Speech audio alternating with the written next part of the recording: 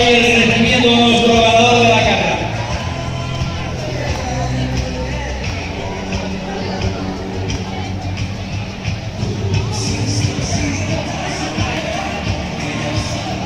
Bueno, pues tenemos esas piernas largas, esos calcetines largos hasta arriba y esa camiseta roja es nada más y nada menos que Miguel Vázquez del Club de Atletismo Ebenezer Vázquez Team. Miguel Vázquez que repite año más su triunfo en esta 30 edición de la Vuelta por la Pobla de Bayona.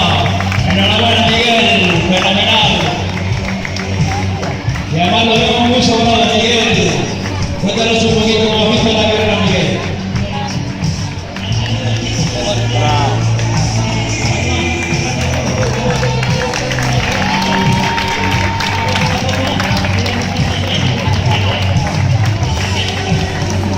Miguel, enhorabuena. Vamos a hacer una foto los tres primeros corredores, chicos, venid por aquí. Vamos a hacer una foto con Miguel. Chicos, ¿quién quiere hacer otra cosa?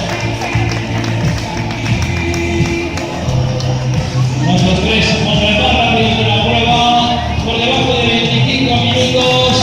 Vamos allá, Vicente, nuestro coordinador de deportes de Chiche, pero atleta aficionado aquí en la Pobla de Bayona. Vicente, genial. Vaya la manera de correr, 25-56, guardamos la cita para la primera atleta femenina. La vamos a guardar, todavía no va a entrar, pero cuando la veamos, le preparamos la cinta.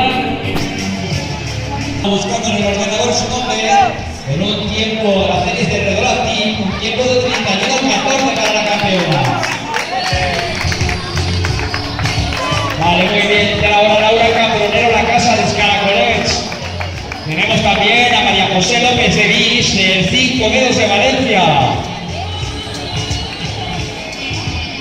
David Prieto del Desnivel Maserray, y ahí entra José Miguel Gil Alcalá de Meta, también Enrique Avis Estrada, Javier Vizcaíno González, lo tenemos ahí en Meta, Nuria Vizcaíno Estrada, también de la categoría Junior Promesas, la primera clasificada en esta categoría, el Meki Zikin, atleta independiente. Teníamos a Carolina Faulí de Villamarchán en Meta,